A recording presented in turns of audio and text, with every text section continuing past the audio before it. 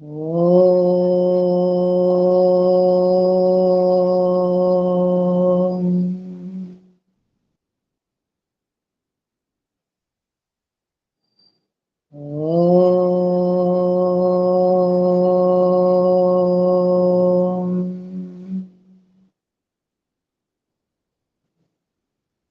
ఓం భూర్భువస్వః తత్సవితుర్వరేణ్యం భర్గో దేవస్య ధీమహి ధియో యో న ప్రచోదయాత్. ఓం అసతో మా సద్గమయ తమసో మా జ్యోతిర్గమయ మృత్యోర్మా అమృతంగమయ. ఓం సహనావవతు సహనౌ భునత్తు సహ వీర్యం కరవావహై తేజస్వినావధీతమస్తు మా విద్విషావహై. ఓం శాంతి శాంతి శాంతి. అమ్మ నమస్తే, అందరికీ నమస్తే. నమస్తే అందరికి. మనం ఋగ్వేదాది భాష్య భూమికలో ముక్తి ఈ ఆత్మకు లభిస్తుంది అని వివరణ ఇచ్చుకుంటున్నాం. ముక్తి అంటే శరీర బంధనాల నుండి విముక్తి కలగడం. ఇప్పుడు శరీర బంధనాల నుండి మనకు ఎప్పుడు విముక్తి కలుగుతుంది అంటే మనము పదార్థాలని యథార్థముగా తెలుసుకున్నప్పుడే. అది మన శరీరం కావచ్చు, మన ఆలోచనలు, మన స్మృతులు, మన జ్ఞానం, అలాగే నేచర్ అంటే ప్రకృతి, మనము, ఆ తర్వాత దీనికి అధిష్టాన పురుషుడైన పరమాత్ముని గురించి కూడా మనం ఎప్పుడైతే ఉన్నది ఉన్నట్టుగా తెలుసుకుంటామో, యథార్థముగా తెలుసుకుంటామో, అప్పుడే మనం ముక్తులం అవుతాం. ఎందుకంటే పదార్థాన్ని ఎలా ఉపయోగించుకోవాలి అని తెలిసినప్పుడే మనం ఆ పదార్థం ద్వారా సుఖమును పొందుతాం. ఇప్పుడు ఉదాహరణకి ఒక బల్ల పైన పాలది బాటిల్ పెట్టబడి ఉంది. అక్కడే శుద్ధము చేసే తెలుపు రంగు ఉన్న లిక్విడ్ కూడా పెట్టబడి ఉంది. చూడ్డానికి బాటిల్స్ కానీ రూపము కానీ మార్పు లేదు. మనకి పోని చిక్కదనము చూసినా రెండు ఒకేలాగా ఉన్నవి. ఎవరైనా అక్కడ పాలు పెట్టారు తీసుకోండి అని అన్నారనుకోండి, మనకు రెండు పదార్థాలలో ఏది పాలో తెలియక చూడ్డానికి రెండు తెలుపుగా ఉన్నాయి, ఒకేలాగా ఉన్నవి అని మనం ఒక్కొక్కసారి ఏదైతే శుద్ధి చేయడానికి ఉపయోగించుకోవలసిన పదార్థం ఉందో దాన్ని నోట్లో పోసుకునే అవకాశం ఉంది. ఎందుకు? పదార్థము యొక్క యథార్థ స్వరూపాన్ని తెలుసుకోకపోవడం వల్ల. తెలుపు రంగువి ఉన్నవన్నీ పాలు కాదు అని మనకు తెలిసి ఉంటే, అంటే తెలుపుతో ఉన్నవి, చిక్కదనముతో ఉన్నవి అన్ని పాలు కావు అని మనకు చక్కగా బలమైన అవగాహన ఉండి ఉంటే, ఒకసారి మనం అక్కడికి వెళ్ళి మూతలు తీసి, లేదా ఎవరైతే మనకు అనుమతి ఇచ్చారో అక్కడ ఎవరైతే ఆ పదార్థాలు అంటే ఆ బాటిల్స్ పెట్టారో మనం వాళ్ళని అడగకుండా దాన్ని స్వీకరించాం. ఎందుకంటే మనకు అర్థమైపోయింది తెల్లటివన్నీ పాలు కావు అని. ఎప్పుడైతే విషయం యొక్క అవగాహన లేదనుకో, అప్పుడు ఇలాంటి దుర్ఘటనలు జరుగుతాయి. ఇప్పుడు ఉదాహరణకి అలాగే మనం ఆధ్యాత్మిక మార్గంలో పలుమార్లు విన్నాము, ఈ రోజు కూడా మనం వివరించుకుంటే మనకి శాస్త్ర విషయము ఇంకా గట్టిపడుతుంది. ఇప్పుడు ఈ దేహమును తీసుకుందాం మనం. ఈ దేహమునకు మనం కార్యం అంటాం. అంటే ఈ దేహం తయారైంది అంటే ఇది కార్యం. స్టెప్ బై స్టెప్ వెళ్దాం. ఈ దేహము అనే కార్యము వెనుక ఎవరున్నారు? దేని ద్వారా తయారైంది ఈ దేహము? కారణం ద్వారా. ఏ కార్యానికి కారణం? కారణం కర్మ. కర్మ. దేహములో ఎందుకున్నాము, ఎందుకు బంధింపబడ్డాము అని అడగలేదు నేను. ఈ దేహము దేని ద్వారా తయారైంది? పంచభూతాలు. పంచభూతాలు అంటే పంచభూతాలు కారణమైంది.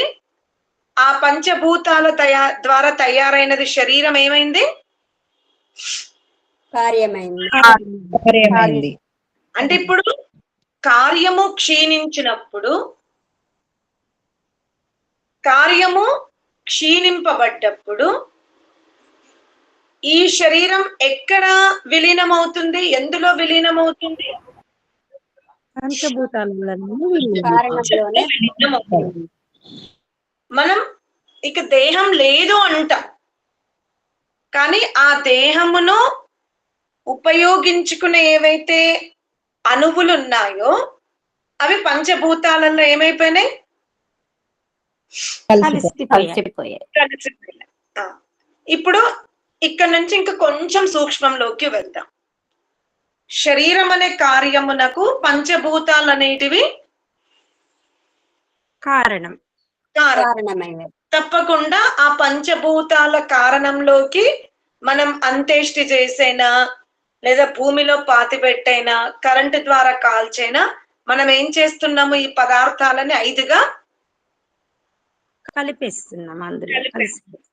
అంటే చాలా తక్కువ సమయములో పంచభూతాల్లో కలిసిపోయే ప్రాసెస్ ఏది అంటే మీరు కరెంట్ అనొచ్చు. కానీ మనం కరెంటు ద్వారా దేహాన్ని భస్మం చేసినప్పటికీ ఆ దేహము నుంచి ఏదైతే మనము బొగ్గు పులుసు అనే ఇంకా కార్బన్ డైఆక్సైడ్ ఇంకా చాలా దుర్గంధం ఉందో అది ఇంకా ఆకాశంలో వాయువు మీద ఆధారపడి ఉంది. భూమితత్వం భూమిగా మారిపోయింది, అగ్నితత్వం అగ్నిలోకి వెళ్ళిపోయింది, జలతత్వం జలంలోకి వెళ్ళిపోయింది, కానీ ఇంకా వాయుతత్వము ఆకాశతత్వం అక్కడ ఉంటుంది. ఏది? శరీరము కరెంటు ద్వారా భస్మం చేసినప్పుడు. అలాగే మనం ఒకవేళ శరీరాన్ని భూమిలో పాతి పెట్టామనుకోండి, అప్పుడు ఏమవుతుంది? 5 తత్వాలు దీర్ఘకాలం వరకు ఉంటవి. 5 తత్వాలు దీర్ఘకాలం వరకు ఉంటాయి. దీనివల్ల వాతావరణం ఏమైపోతుంది? పంటలు పొల్యూషన్. కాబట్టి సరి అయిన పద్ధతి ఏంటంటే సుగంధ ద్రవ్యాలను వేసి విధి విధానముగా శరీరానికి 4 5 కాష్ట సహాయముతో మనం శరీరాన్ని ఏం చేయాలి? దగ్ధం చేసినప్పుడు ఈ పంచభూతాలు ఏంటి 10-20 నిమిషాలలో తేడాలో 5 తత్వాలు విడిపోతవి. అర్థమైందా? ఇప్పుడు మనం ముందుకెళ్దాం. ఈ పంచభూతాలు దేని ద్వారా తయారైనవి?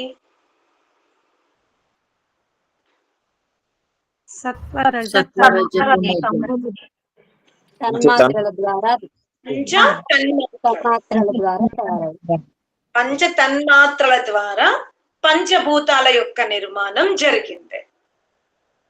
పంచ తన్మాత్రల ద్వారా ఏమైంది? పంచభూతాలు నిర్మాణమైనవి. ఇప్పుడు పంచభూతాలు ఇక్కడ ఏమైంది? కార్యం. పంచభూతాలు ఇప్పుడు ఇక్కడ కార్యం. కారణం ఏంటి? పంచతన్మాత్రలు. ఈ పంచభూతాలు ఎక్కడ లయమవుతవి? ఎక్కడ లయం అవుతవి? తన్మాత్రలు. పంచ తన్మాత్రల యందే. పంచ అంటే 5. పంచ అంటే 5. ఇప్పుడు ఆకాశము శబ్దంన లయం అవుతుంది, అగ్ని రూపమున లయం అవుతుంది, రూపంలో. జలము రసములో. రసమున లయం అవుతుంది. రసం. జలము రసమున లయం అవుతుంది. స్పర్శ త్వక్కు స్పర్శలో. పృథివీ గంధం. గంధములో. అయిపోయిందా? ఉందా? మళ్ళీ కన్ఫ్యూజ్ అవ్వకండి. శరీరము పంచభూతాల ద్వారా తయారైంది. పంచభూతాలు తన్మాత్రల. వెళ్దామని కన్ఫ్యూజ్ అవ్వరు. ఇప్పుడు పంచ తన్మాత్రల దగ్గరికి వెళ్దాం. పంచ తన్మాత్రలు అనేది కార్యం.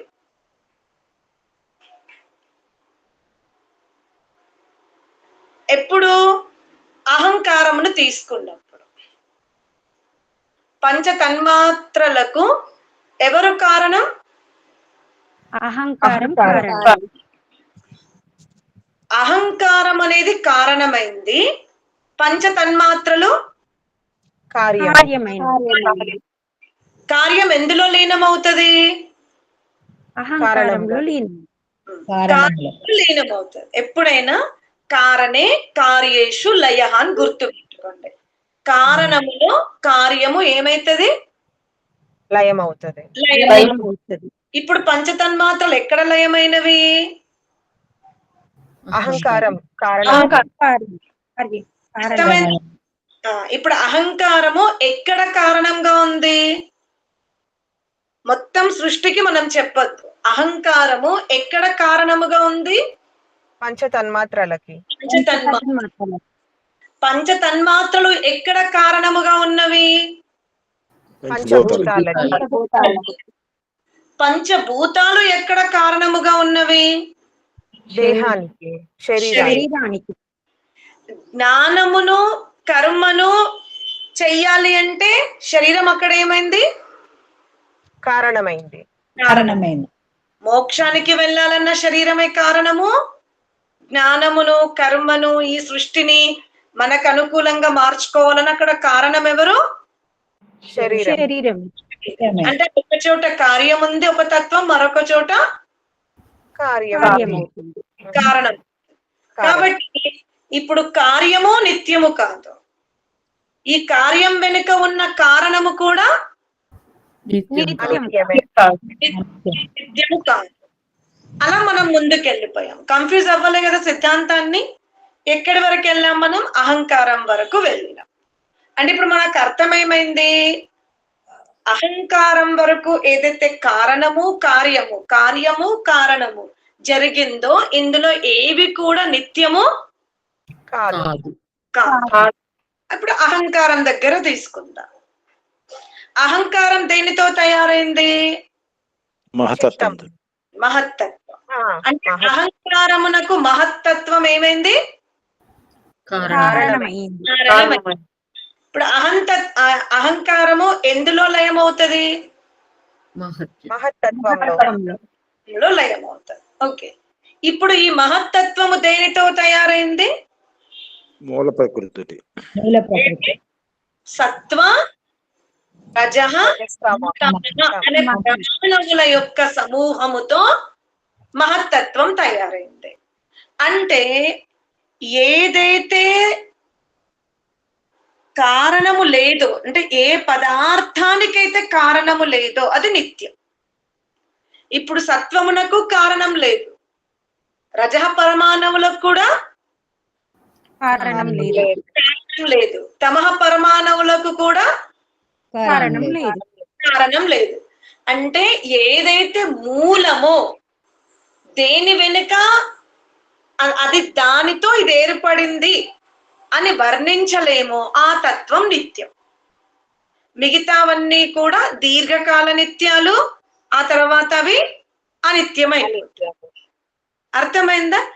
ఏదైతే వెనుక దాని వెనుక మరొకటి లేదో ఆ పదార్థమే మూలము, అది ఎప్పుడు కూడా నశించదు. నిత్యం. నశించదు, నిత్యం. ఇప్పుడు ఈ సిద్ధాంతం అర్థమైందా? సత్వ రజన తమః పరమాణువుల చేత ఏమేర్పడింది? ప్రకృతి ఏర్పడుతుంది. ప్రకృతి నుండి మహత్తత్వము, మహత్తత్వము నుంచి అహంకారము, అహంకారం నుండి పంచతన్మాత్రలు, పంచతన్మాత్రలు, పంచభూతాల నుండి శరీరం. ఇంకెప్పుడు మనం ఈ శాస్త్రోక్తంగా చెప్తున్నప్పుడు ఇదే ప్రాసెస్ లో మనం తీసుకోవాలి.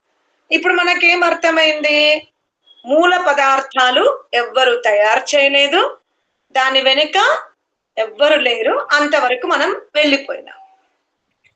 ఇప్పుడు మనకేం అర్థమైంది అంటే ఈ పంచభూతాల నుండి కారణ శరీరము తయారవుతుంది, స్థూల శరీరము తయారవుతుంది, సూక్ష్మ శరీరము కూడా తయారవుతుంది. బాగా అర్థం చేసుకోండి. ఈ పంచభూతాల నుండి ఈ 3 దేహాలు తయారవుతుంది. ఈ 3 దేహాలలో ఈ కనిపిస్తున్న కాయము, ఎక్కడైతే మనస్సు, బుద్ధి, చిత్తము, అహంకారం ఉందో అది సూక్ష్మదేహం. ఏవైతే సత్వ రజ తమ మూల ప్రకృతి ఉందో, అంటే లయం అవుతూ అవుతూ అవుతూ వెళ్ళినప్పుడు మూల ప్రకృతి ఏదైతే ఉందని మనం కారణదేహము అంటాం. అంటే ఇక్కడ కారణదేహములో మనం ఏం తీసుకుంటాము?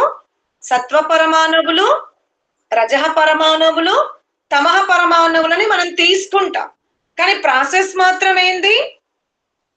ఈ పురుషుడు తయారవ్వాలి అంటే ప్రకృతి నుండి మహత్తత్వము, మహత్తత్వం నుండి అహంకారము, అహంకారం నుండి పంచతన్మాత్రలు, పంచతన్మాత్రల నుండి పంచభూతాలు, పంచభూతాల నుండి పంచభౌతిక శరీరం. ఇప్పుడు ఈ శరీరాన్ని అయితే మనము ఏం చేసాము? అగ్నికి ఆహుతిగా ఇచ్చి భస్మం చేసేసినాం. కాబట్టి మనం ఈ శరీరాన్ని ఏమంటున్నాము? అనిత్యము అంటున్నాం. కానీ జీవాత్మతో ఇంకా 2 దేహాలు ఉంటాయి. జీవాత్మతో ఏమున్నవి? ఇంకా 2 దేహాలు ఉన్నాయి. ఈ 2 దేహాలకి ఏదైతే భస్మము ఉందో ఆ ప్రక్రియ లేదు. ఈ 2 దేహాలకు భస్మము అనే ప్రక్రియ లేదు. అంటే అగ్ని ద్వారా కాల్చడము లేదా భస్మం చెయ్యడము, పాతి పెట్టడము, ఈ ప్రక్రియ ఏ దేహానికి లేదు?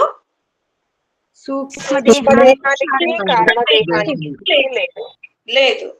కానీ ఆ సూక్ష్మదేహము జీవాత్మతో ఉన్నంత కాలం మనం స్థూల దేహాన్ని పొందుతూనే ఉంటాం. గొప్పగా, మాధ్యమికంగా, సామాన్యముగా, క్రిమికీటకాదులుగా, వృక్షాదులుగా మనం అనుభవిస్తూ ఉంటాం. అందుకనే స్థూల దేహ ప్రక్రియ మనకు అర్థమైంది. ఏంది? శరీరం వార్ధాక్యమైనప్పుడు, రోగమయమైనప్పుడు, ఆత్మ దీని నుంచి వేరైనప్పుడు ఈ స్థూల దేహాన్ని అయితే పశువులకి వేసో, శుష్కింపజేసో, ఇప్పుడు మనం అకస్మాత్తుగా తపస్సు చేస్తూ దేహాన్ని మనం అటు మోక్షానికి వెళ్ళిపోయినాం. మరి ఆ దేహం ఏమైపోతుంది? అరణ్యంలో ఉంది, ఎక్కడో మనం ఎవరికి చెప్పలేదు, ఎక్కడో ఏకాంతంలో కూర్చొని సాధన చేసుకుంటున్నాం. అక్కడ పెద్దగా మనము శిష్య పరంపరని కొనసాగించుకోలేదు. సంతానాన్ని అయితే మనం ఎప్పుడో వదిలిపెట్టాం. బంధువర్గం కూడా లేదు, మిత్రవర్గము లేదు. ఏకాంతములోనే నదిలోకి వెళ్తాము, స్నానం చేస్తాము, మన ధ్యానం మనం చేసుకుంటున్నాం. అలా దీర్ఘకాలం మన జీవితం కొనసాగింది. పోనీ నదికి స్నానానికి వెళ్ళినప్పుడు అక్కడ మనతో పాటు ఇంకెవరైనా ఉన్నారా అంటే మనం అలాంటి ప్లేస్ ని కూడా తీసుకోలేదు. ఆ నది ప్రవాహము అరణ్యములో చాలా దూరంగా వెళ్తుంది. మనం ఎక్కడో ఒక దగ్గర ఏకాంత స్థానాన్ని తీసుకున్నాం, కందమూల ఫలాలను తిన్నాము, నదిలో స్నానం చేసాము, అలా మన సాధన చేసుకుంటూ వెళ్ళిపోతున్నాం. అలా ఒకరోజు ఈ జీవుడు స్థూల దేహాన్ని ఏం చేశాడు? వదిలిపెట్టేశాడు.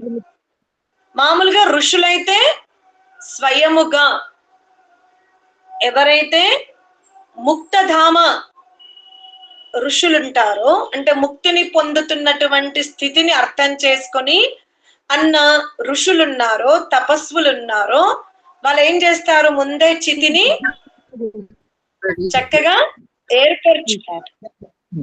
ఏర్పరచుకొని మంచిగా భగవంతుని స్మరించి వాయుశక్తి ద్వారా దేహాన్ని కిందికి విసర్జన చేస్తారు, ఆత్మని మస్తిష్క భాగం నుండి పంపిస్తారు. అంతటి శక్తివంతులు అవుతారు. కానీ ఇంకొంతమందికి ముక్తి రాలేదు, ముక్తి స్థితి అర్థమైంది. ఏంటి? ముక్తి రాలేదు, సాధన మార్గంలో ఉన్నారు, ఏకాంతంలో సాధన చేసుకున్నారు.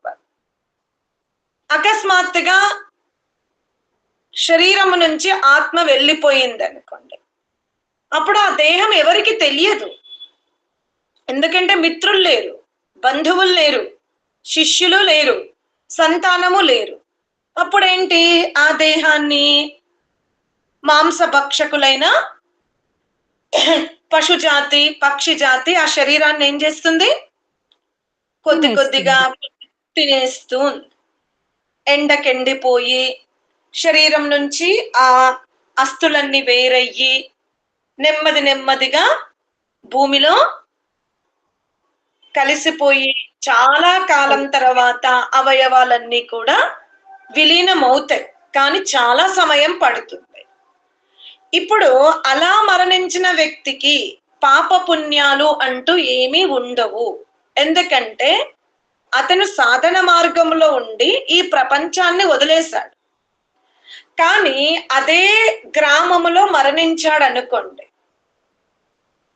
అతనికి అప్పటి వరకు మిత్రులు ఉంటారు. ఆయన చెడ్డవాడు ఉండొచ్చు, దుష్టుడు ఉండొచ్చు. కానీ ఒక దుష్టుడు కూడా మరొక దుష్టుని పక్కన కూర్చొని ఏంటి దుష్టత్వ వ్యవహారం చేస్తాడు. అంటే చివరి వరకు అతనికి మిత్రులు ఉన్నారు. ఇప్పుడు ఆ మిత్రుడు చనిపోతే ఈ దుష్టమిత్రుడు ఏం చేయాలి? ఆ దేహాన్ని భస్మం చెయ్యాలి. కావున నిన్నటి వరకు ఆహార విషయాలలో దుష్ట మార్గంలో కానీ ధర్మ మార్గంలో కానీ మిత్రులుగా ఉన్నాం, బంధువులుగా ఉన్నాం, ఆత్మీయులుగా ఉన్నాం. అంటే ఆ దేహాన్ని మనం భస్మం చెయ్యలేదంటే మనకు చాలా పాపం తగులుతుంది. ఈ వ్యవస్థ భౌతిక దేహానికే ఉంది. అయితే మనం శరీరాన్ని మరుగుతున్న నూనెలో పిండిని విసర్జన చేసినట్టుగా దేహాన్ని మనం ఏం చేయాలి? విసర్జన చేసుకోగలిగాలి. అమ్మా ఇది సంభవమా అంటే మిమ్మల్ని మీరు ప్రమాణంగా తీసుకోండి. మీరు 8 ఏళ్ల పాపని నిలబెట్టి మిరపకాయ బజ్జీలు వేస్తున్నారు. మీకు ఒక 40 సంవత్సరాల అనుభవం ఉంది బజ్జీ పిండిని కలిపి నూనెలో వెయ్యడం. 8 సంవత్సరాల అమ్మాయి మీరు బజ్జీ వేసే విధానం చూస్తే ఏమనుకుంటుంది? ఇది సంభవమా, నేను వెయ్యగలుగుతానా, నాకు రాదు అన్న భావన ఉంటుంది. ఇది ఎలా వేస్తుంది? నూనెలో వ్రేలు పెట్టాలా, పైకి పెట్టాలా, అసలు ఇది ఇలా సరళంగా వదిలివేయడం అంత ఈజీయా అనే ఆమెలో ఇప్పుడు మీకు శరీరాన్ని ఏంటి మస్తిష్క భాగము నుండి విసర్జన చేస్తారు అన్న భావన, ఆ ఆలోచనలో మనని మనం 8 ఏళ్ల అమ్మాయి స్థానంలో పెట్టుకోండి. 40 ఏళ్ళు బజ్జీలు చేసే అమ్మ స్థానంలో సాధువులని పెట్టుకోండి. అదే ప్రమాదం. మీరు కూడా మొదటి రోజు బజ్జీలను చేసినప్పుడు వస్త్రానికి అంటించుకున్నారు, కాస్త నెయ్యి నూనెది శక అంటి ఉంటది, పల్చగా చేసి ఉంటారు, పేలిపోయి ఉంటవి. రకరకాల అనుభవాలు మీ జీవితంలో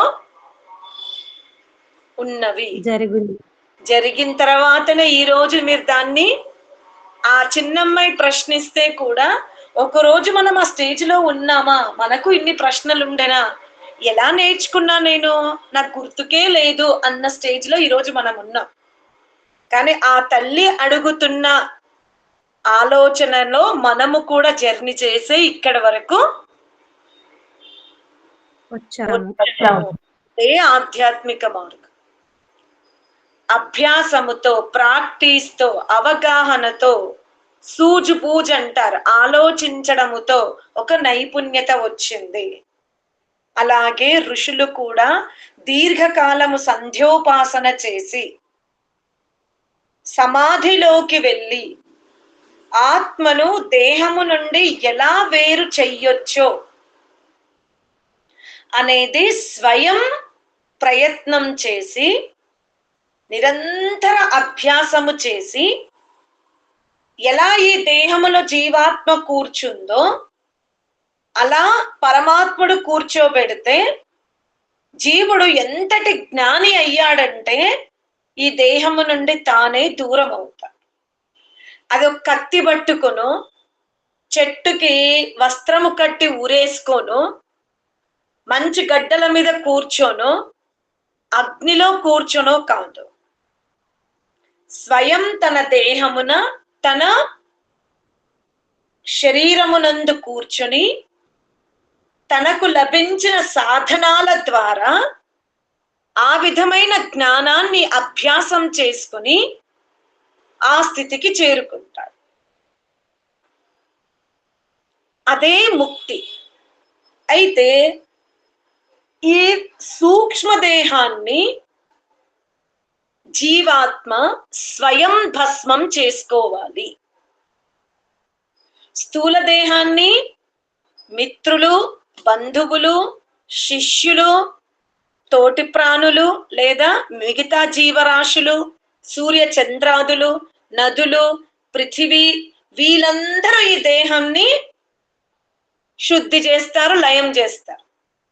సూర్యుడు ఎండబెడతాడు, తర్వాత అరణ్యములో మంటలు వచ్చినప్పుడు ఈ అస్థులు కూడా అందులో కాలిపోతూ ఉంటవి, పశువులు దీన్ని తింటారు. ఇలా ఈ స్థూల దేహాన్ని అయితే ప్రకృతిలో ఉన్నటువంటి సూర్య చంద్రాదు గ్రహ ఉపగ్రహాలతో ఎవరైనా ఈ దేహం యొక్క వ్యవస్థ చేసేసుకుంటారు. సమయం పడుతుంది. గౌరవమా అగౌరవం అనేది పక్కన పెడతాయి. కానీ సూక్ష్మ దేహం ఉందే, ఆ దేహాన్ని జీవుడు కత్తితో కానీ, వస్త్రముతో కానీ, అగ్నితో కానీ, ఏది భౌతిక అగ్నితో దూరం చెయ్యలేడు. ఏ అగ్ని తీసుకుంటాడు జీవాత్మ? జ్ఞానాగ్నిని తీసుకుంటాడు. జ్ఞానమనే అగ్ని ద్వారా, సాధనమనే అగ్ని ద్వారా, అభ్యాసమనే అగ్ని ద్వారా ఏం చేసుకుంటున్నాడు? సూక్ష్మదేహాన్ని భస్మం చేసుకుంటాడు. అర్థమైందా?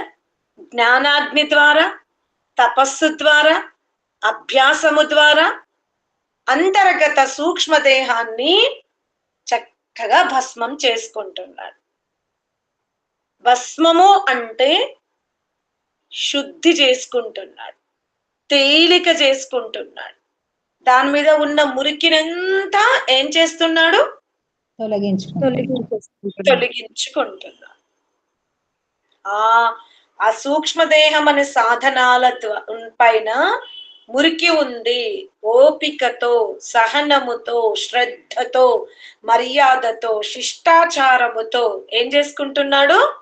శుద్ధి చేసుకుంటూ వెళ్తున్నాడు. ఆ శుద్ధికి ప్రక్రియ ఏంటి? జ్ఞానము. నిన్న చేసి వాళ్ళ వదిలిపెట్టాడు, నిరంతరము ఆ ప్రక్రియలో ఉన్నాడు. ఎప్పుడైతే ఇది పరాకాష్ఠ ఉచ్చకోటికి చేరుతుందో, చివరి శిఖరం వరకు వెళ్తుందో, అప్పుడు ఇవన్నీ కూడా ఏమైపోతాయి? తొలగిపోతాయని సూక్ష్మదేహం లేదు. సూక్ష్మదేహము లేనప్పుడు ఆటోమేటిక్ గా కారణదేహము కూడా ఉండదు. ఉండదు. అందుకనే స్థూల దేహాన్ని బంధువులు, మిత్రులు, శిష్యులు, ఆత్మీయులు, వివిధ జీవకోటులు శుద్ధి చేస్తే సూక్ష్మదేహాన్ని మాత్రం జీవుడే చెయ్యాలి, స్వయం చేసుకోవాలి. అది ఈ రోజు అంటే ఈ జన్మలో చేసుకుంటారా, లేదా రాబోయే జన్మలో చేసుకుంటారా, లేదా అసలు నేను ఈ సృష్టి కాలంలోనే చేసుకోను మరలా సృష్టిలో చేసుకుంటానా అనే నిర్ణయం ఎవరి మీద ఆధారపడి ఉంది? మన మీదనే మీదనే ఆధారపడి ఉంది. అది మీ చాయిస్. ఇప్పుడు మనం ఒక తల్లికి 6 7 4 3 తోబుట్టువులం పుడతాం. అందరికీ ఇదే లక్ష్యం ఉందా? ఉండదు. లక్ష్యం ఇది కానప్పుడు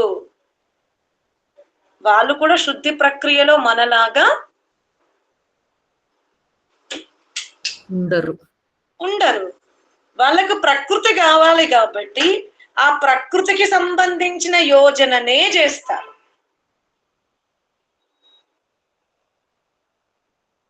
వాళ్ళ లక్ష్యం, వాళ్ళ జీవిత లక్ష్యం వర్తమానములో ప్రకృతి యొక్క సుఖభోగాలు. అంతే. వాళ్ళ ఆ సుఖాల కోసము వివిధ ప్రయత్నాలు చేస్తారు. మనమేంటి ప్రకృతిని ఉపయోగించుకుంటున్నాం. దేనికోసం ఉపయోగించుకుంటున్నాం? ఈ 3 దేహాలని తొలగించుకోవడానికి ఈ బ్రహ్మాండాన్ని ఉపయోగించుకుంటున్నాం. ఎంత తేడా ఉందో చూడండి. వాళ్ళు బ్రహ్మాండాన్ని ఎందుకు ఉపయోగించుకుంటున్నారు? సుఖభోగాలే లక్ష్యం అన్నట్టుగా సుఖభోగాల కోసం ఉపయోగించుకుంటున్నారు. మనము కూడా బ్రహ్మాండాన్ని తీసుకుంటున్నాం, కానీ లక్ష్యం ఏమైంది? ఈ దేహాలను తొలగించుకోవటానికి వాటిని ఉపయోగించుకుంటూ వాళ్ళు ఉపయోగించుకునే విధానంలో మనం ఉపయోగించుకునే విధానంలో ఏమైపోయింది? భిన్నత్వం ఉంది, పోలిక లేదు. చూస్తే బ్రహ్మాండాన్ని వాళ్ళు ఉపయోగించుకుంటున్నారు, బ్రహ్మాండాన్ని మనం ఉపయోగించుకుంటున్నాం. కానీ ఇరువురి యాత్రలు వేరు వేరు. సముద్రములో 2 చెక్కలు ప్రవాహముతో ఒకటి అవుతుంటవి. మళ్ళీ ఆ సముద్రం యొక్క తుఫాన్ తోటి ఆ చెక్కలు ఏమైతవి? విడిపోతాయి. మనము కూడా అంతే. ఈ సృష్టి బ్రహ్మాండములో మనము ప్రవాహములో కలిసాం. మళ్ళీ ఆ ప్రవాహమే మనల్ని ఏం చేసింది? అదే అర్థం చేసుకోవాలి. లక్ష్యం వేరు. ఒకే తల్లి గర్భములో పుట్టాం, ఒకే గూటిలో ఒకే తల్లి పాలు తాగి చాలా కాలం వరకు పెరిగి ఉన్నా లక్ష్యాలు వేరున్నప్పుడు ప్రయత్నం వేరుంటుంది, యోజన వేరుంటుంది, ఆలోచన విధానం వేరుగా ఉంటుంది. కానీ సమాజం ఏం చేస్తుంది? మనందరినీ ఒకేలాగా ఆలోచించు, ఒకేలాగా ఉండు అంటుంది. ఎలా ఉండగలుగుతాం? ఎప్పుడు ఉండగలుగుతాం? అందరి భావాలు ఉండగలుగుతాం. లక్ష్యం అందరిది. మనం బ్రహ్మాండాన్ని ఉపయోగించుకోవాలి తప్ప బ్రహ్మాండంలో సుఖముందని దాన్ని పొందాలనే ప్రయత్నం చెయ్యకూడదు అన్నప్పుడు మనం అందరం ఏం చేస్తామో ఒకేలాగా ఆచరిస్తాం. ఒకరు దీన్ని నోచుకోవాలనుకుంటున్నారు, దీన్ని ఒకరు పచ్చడి చేసుకోవాలనుకుంటున్నారు, దీన్ని ఒకరు తొక్కు చేసుకోవాలనుకుంటున్నారు, దీన్ని ఒకరు దాచుకోవాలనుకుంటున్నారు, ఇంకొకరు దీన్ని ధ్వంసం చేయాలనుకుంటున్నప్పుడు ఎప్పుడు మనం కలిసి ఉండలేము. ఇంకొకటి, పచ్చడి చేయాలనుకునే వాళ్ళకి, దీన్ని ధ్వంసం చేయాలనుకునే వాళ్ళకి పెద్దగా ఒత్తిడి ఉండదు. ఇక్కడ ఎవరికి ఒత్తిడి ఉంది ఎక్కువ? లక్ష్యాన్ని చేరుకోవాలనుకునే వాళ్ళు. చేరుకునే వాళ్ళకే ఒత్తిడి. ఎందుకంటే సమాజం నుండి వస్తున్నటువంటి తుఫాన్ని తన పైన పడకుండా అడ్డుకోవాలి. అడ్డుకోవాలి. తనలో మళ్ళీ ఎటువంటి మురికి పిలుచుకోవద్దు.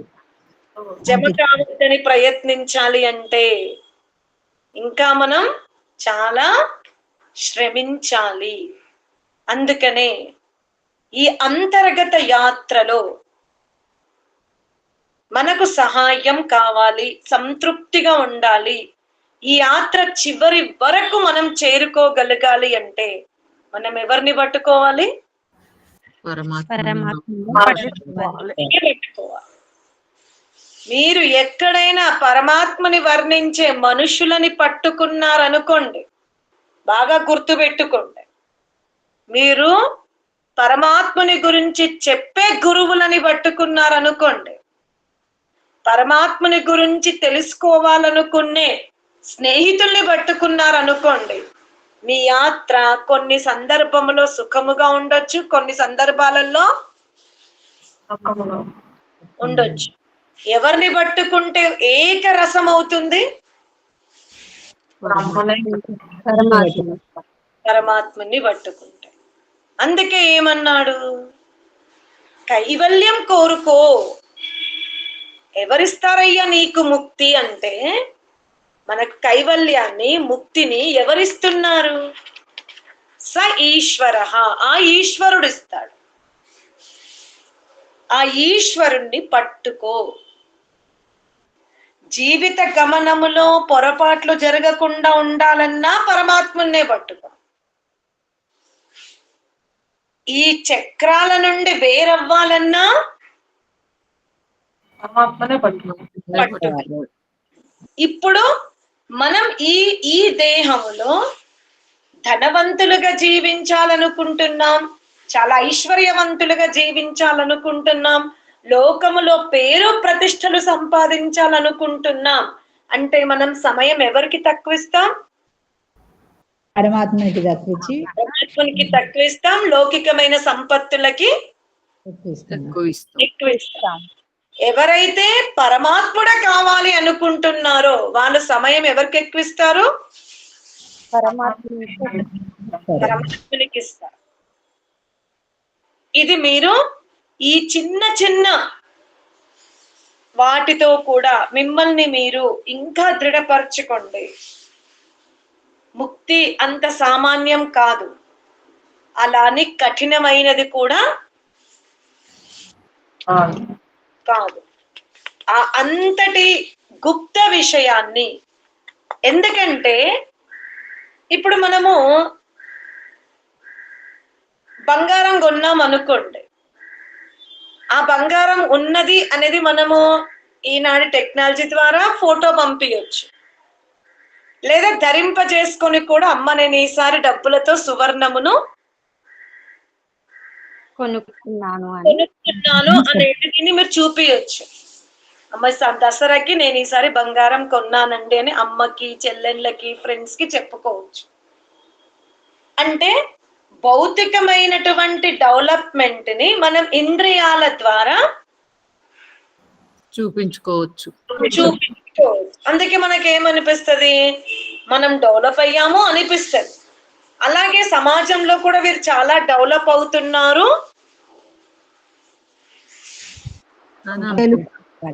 అని తెలిసిపోతుంది. కానీ అంతర్గత ఏదైతే యోగ్యత ఉందో, అంతర్గత సామర్థ్యం ఏదైతే ఉందో అది మనం స్వయం ఇంద్రియాల ద్వారా స్వయం ఇంద్రియాల ద్వారా వర్ణించలేము, తెలుసుకోలేము. అసలు మనకు తెలియనప్పుడు మన స్థితి ఏంటో ఇతరులు ఎలా తెలుసుకుంటారు? తెలియదు వాళ్ళకి. నేను అంతర్గత యాత్రలో సఫలమవుతున్నాను అనే ఒక ఉత్సాహవంతమైన భావన మీకు కలుగుతుంది. అది బాహ్య ఇంద్రియాల ద్వారా కలుగదు.